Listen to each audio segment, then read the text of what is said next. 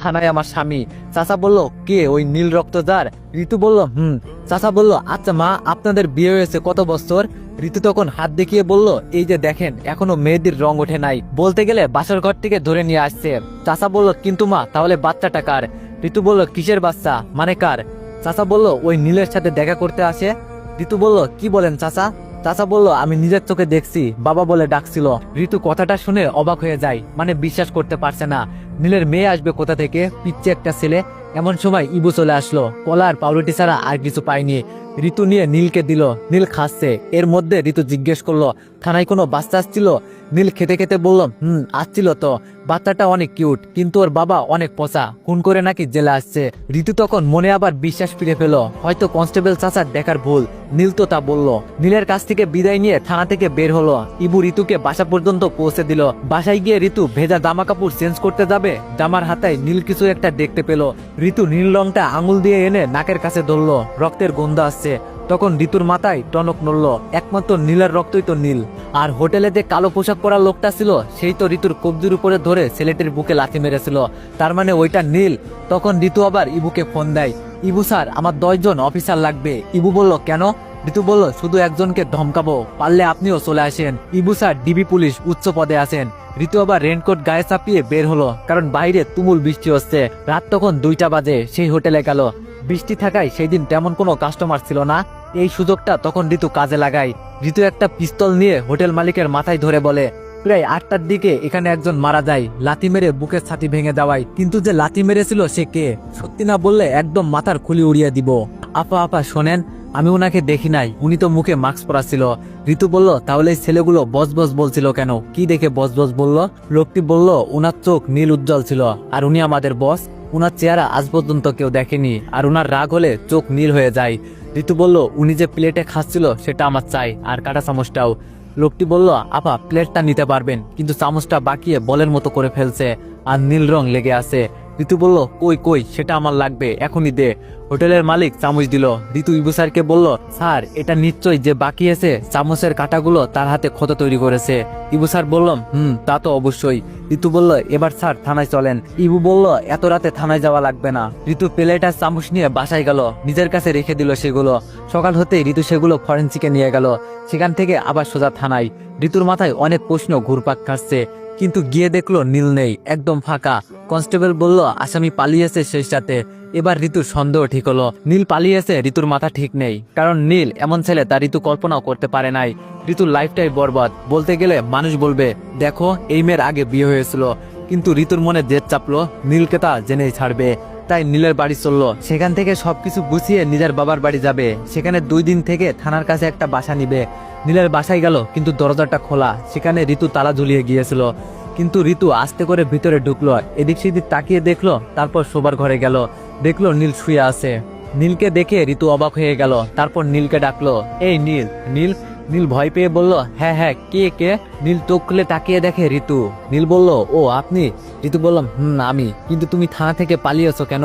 নীল বলল, এই আপনাকে কে বলল আমি থানা থেকে পালিয়েছি? ঋতু বলল, আমি নিজেই থানায় গিয়েছিলাম। নীল বলল, আপনি ভালো করে জানেন আমাকে ছেড়ে দিয়েছে। ঋতু থানায় ফোন দিল ওসিকে, আর নীলের নাম বলল। ওসি বলল, নীলকে ছেড়ে দেওয়া হয়েছে। ঋতু যেন দীর্ঘ নিঃশ্বাস ছেড়ে বাঁচলো। বাসায় দাদু না থাকায় নীল জিজ্ঞেস করলো, আচ্ছা দাদু কই? ঋতুর চোখগুলো তখন বড় বড় হয়ে গেল। এখন নীলকে কি উত্তর দিবে?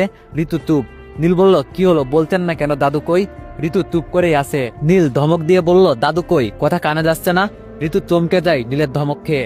ঋতু বলল, আসলে দাদুকে খুঁজে পাওয়া যাচ্ছে না, তোমাকে যেদিন জেলে নাই সেই দিন থেকে। নীল বলল, কি, দাদুকে পাওয়া যাচ্ছে না? ঋতু বলল, নীল বলল, আমাকে বলেন নাই কেন? ঋতু এখন বিপাকে পড়ে বলল, বলি নাই, এটা আমার ভুল হয়েছে। নীল বলল, ভুল হয়েছে নাকি আমার দাদুকে খুন করে গুম করে ফেলেছেন? ঋতু বলল, কি সব বাজে কথা বলছো? আমি কেন খুন করতে যাব? নীল বলল, সম্পত্তির লোভে। ঋতু বলল, হোয়াট? নীল বলল, ইয়েস, বিকজ আমি জেলে, দাদু গুম। এই বিশাল সম্পত্তির মালিক কে থাকে তাহলে? ইউ। তারপর আপনার পছন্দ মতো কোনো ছেলেকে বিয়ে। নীলের কথা ধরতে গেলে সত্যি। ঋতু বলল, নীল দেখো, আমি এমনটা করি নাই, তুমি আমাকে ভুল বুঝছো। নীল বলল, না, আমি ভুল বুঝছি না। আপনি চাইলেই আমাকে জেল থেকে বের করতে পারতেন, কিন্তু আপনি তা করেন নাই। নিজের ক্ষমতায় জেল থেকে বের হয়েছি, আর রাতের মধ্যে আমার দাদুকে চাই, তা না হলে মামলা করতে বাধ্য হব। ঋতু নীল যা মনে করেছিল নীল তেমন না, আর নীলকে বলতেও পারছে না যে আমি তোমাকে সন্দেহ করছিলাম। তুমি সেই, তাহলে আরো বিপদে পড়ে যাবে ঋতু। উপায় না বুঝে ঋতু মাথা ঘুরে পড়ে গেল, কিন্তু এটা ঋতুর অভিনয় ছিল, যাতে নীলের কাছে কোনো কৈফত না দিতে হয়। নীল ঋতুকে ধরে বেডে শুইয়ে দিল, কালো লম্বা চাদর মুড়ি দিয়ে বের হলো। ঋতু তখন আর চোখে সব দেখছিল।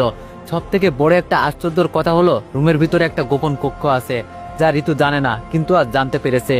ঋতু মনে মনে ঠিক করলো, নীল একবার বের হোক, তারপর দেখা যাক। নীল বের হওয়ার সাথে সাথে ঋতু উঠে দরজা লক করে গোপন কক্ষে যেতে চাই, কিন্তু সেখানে কোনো দরজা বা যাওয়ার কোনো রাস্তা খুঁজে পেল না। কিন্তু কিছুক্ষণ আগেই দিব্যি দরজা দেখতে পেল। এখন ঋতুর মাথা সত্যি সত্যি ঘুরছে, কিছু ভেবে পাচ্ছে না, থ মেরে বসে আছে ঋতু। দুপুর গড়িয়ে রাত হয়ে গেল, কিন্তু নীলের কোনো খবর নেই। ঋতু এটা বুঝে গেছে, নীল কোনো সাধারণ মানুষ না। রাত 11:19 একটা কল আসে, নীলের বিপদ, হসপিটালে আছে নীল। অজানা এক অনুভূতির টানে ঋতু ছুটে গেল হসপিটালে। সেখানে গিয়ে অবাক কাণ্ড, পিচ্ছে একটা মেয়ে নীলকে রক্ত দিচ্ছে। সবচেয়ে অবাক করার কথা হলো, মেয়েটির রক্তও নীল। পিচ্ছে মেয়েটির বয়স আনুমানিক 5 থেকে 6 বছর। আর যিনি ডাক্তার, মনে হচ্ছে না উনি এই হসপিটালের। দেখতে কেমন জানি বড় বড় গোপ। হঠাৎ একটা ব্যাগে চোখ পড়লো, মনে হচ্ছে বাঘের চামড়া দিয়ে বানানো। নার্সগুলো কোনো কথা বলছে না, হাঁ করে তাকিয়ে আছে। নীলের শরীরে যে রক্ত যাচ্ছে, মনে হচ্ছে নীল রং যাচ্ছে। রক্তের ব্যাগ দেখে মনে হচ্ছে নীল রঙের ডিব্বা ঝুলিয়ে রাখছে। রক্ত দেওয়া শেষ হলো নীলের শরীরে।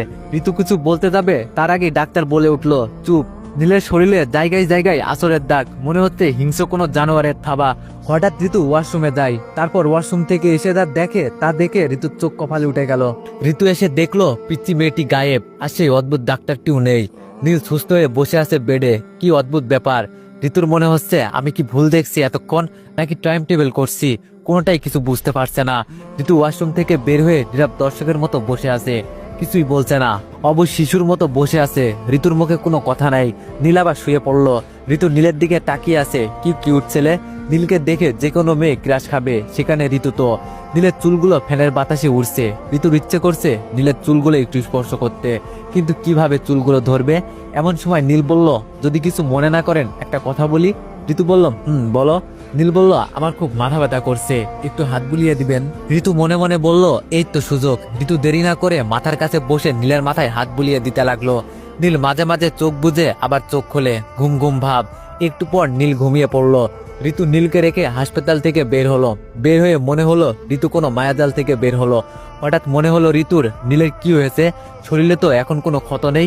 ঋতুর মনে অনেক প্রশ্ন, কিন্তু নীলের কাছে গেলে সব ভুলে যায়। এইসব আর কিছুই মনে থাকে না। ঋতু রেগে আগুন হয়ে বাসায় গেল। ফ্রেশ হয়ে ঠাস করে বিছানায় শুয়ে পড়লো। ঋতুর কাছে রুমটা কেমন জানি নীলমন্ত্র হচ্ছে, মনে হচ্ছে রুমের ভিতর নীল লাইট লাগানো। ঋতু পিঠের উপর ভর দিয়ে মাথা তুলে তাকালো, দেয়ালের এক পাশ থেকে নীল আলো আসছে। ঋতু দেখার জন্য লাফিয়ে ওঠে বিছানা থেকে।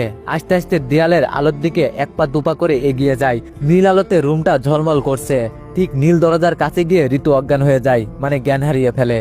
যখন ঋতুর জ্ঞান ফিরে, তখন চোখ খুলে তার বাবা মাকে দেখতে পায়। সবাই খাটের চারপাশে দাঁড়িয়ে আছে, আর ঋতু খাটে শুয়ে আছে। কেমন সব উল্টোপাল্টা লাগছে। এটা তো নীলের ঘর বলে মনে হচ্ছে না, তাইলে আমি কোথায়? ঋতু ভালো করে চোখ মিলে তাকিয়ে দেখলো, এটা তো ঋতুদের নিজেদের বাড়ি, ঋতুর নিজের রুম। দাঁড়িয়ে আছে বাবা মা, বাড়ির কাজের লোক রহিমা খালা আর করিম চাচা, কিন্তু নীল নেই কোথাও। ঋতু মাকে ডেকে বলল, মা নীল কোথায়? নীলকে তো দেখছি না।